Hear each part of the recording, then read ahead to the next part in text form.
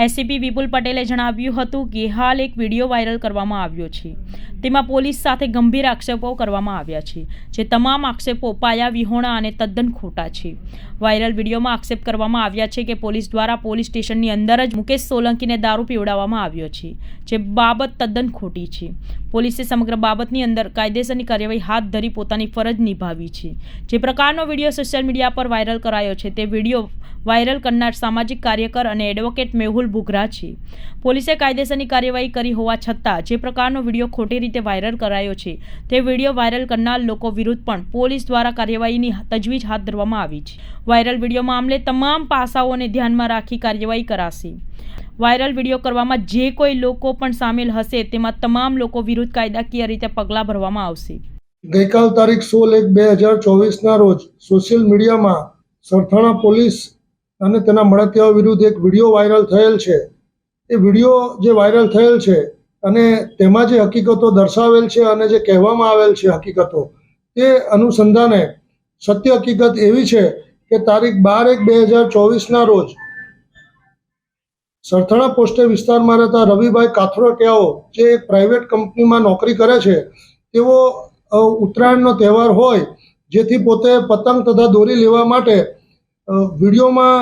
જેના વિશે કહેવામાં આવેલ છે એવા રાજુભાઈ લાલજીભાઈ ગજેરાની દુકાન ઉપર જઈ અને પોતે પતંગની દોરી અને ફિરકો લીધેલ અને જેનું બિલ પણ આપવામાં આવેલ અને બિલના પૈસા પણ તેઓને આપેલ। ત્યારબાદ આ રવિભાઈ કથરોટીનાઓ પોતાના કોઈ અંગત કામસર સુરત છોડી અને એક મરણ પ્રસંગમાં ગયેલા અને 14 તારીખે આવીને પોતે ઉત્તરાયણનો તહેવાર મનાવતા હતા, પરંતુ તેઓનો દોરો વારંવાર તૂટી જતો હોય જેથી તેઓ આ રાજુભાઈ લાલજીભાઈ ગજેરાઓની જે દુકાન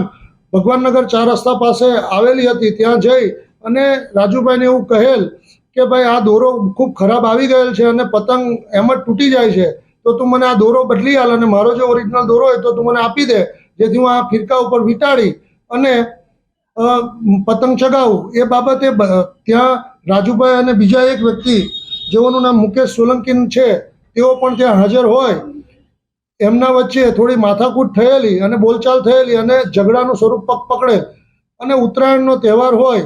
જેથી પોલીસ પણ બંદોબસ્તમાં અને પેટ્રોલિંગ પણ ચાલુ હોય જેથી એક પીસીઆર વાન પણ ત્યાં પહોંચી ગયેલી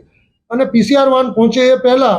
આ રવિભાઈ નાઓએ 100 ડાયલ ઉપર પોતે કોલ કરેલ, પરંતુ કોલ લાગેલ નહીં અને તેનો સ્ક્રીનશોટ પણ પોલીસ પાસે ઉપલબ્ધ છે, જેથી આવો કોઈ કોગ્નિઝેબલ ગુનો બનતો હોય અને પોલીસની હાજરી હોય તેથી પોલીસ તેઓને લઈ અને પોલીસ સ્ટેશન લઈ ગયેલી, જ્યાં આ રવિભાઈ કથરોટિયા અને આ રાજુભાઈ લાલજીભાઈ નાઓએ પોતે અંદર સમાધાન કરી લીધેલ અને તે બાબતે સ્ટેડામાં એન્ટ્રી પણ કરવામાં આવેલ અને આ સાથેના જે મુકેશ સોલંકી નાઓ જે છે જેઓ પીધેલી હાલતમાં હોય તેઓના વિરુદ્ધ પ્રોહિબિશન એક્ટ મુજબ ગુનો રજીસ્ટર કરવામાં આવેલ અને આ વિડીયોમાં જે આક્ષેપો કરવામાં આવેલ છે એ બિલકુલ પાયા વિહોણા અને તદ્દન ખોટા છે અને જે આક્ષેપો કરવામાં આવેલ છે કે પોલીસ સ્ટેશનની અંદર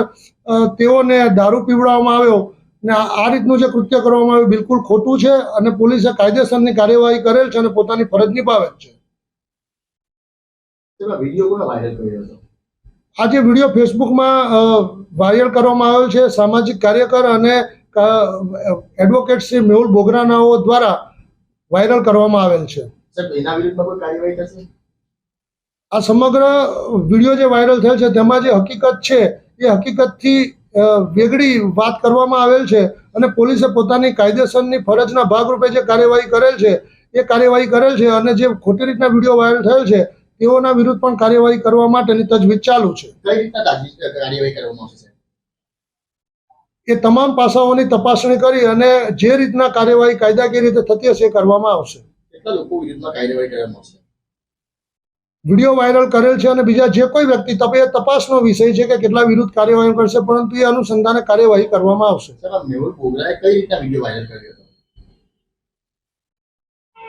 અરજદાર પોતે ત્યાં એમને મળેલા છે રૂબરૂ એમની ઓફિસમાં ને ત્યાં જઈને કંઈક રજૂઆત કરેલી છે એવું દેખાય છે વિડીયોમાં ને એ રીતના વિડીયો ઉતારીને મૂકેલ છે।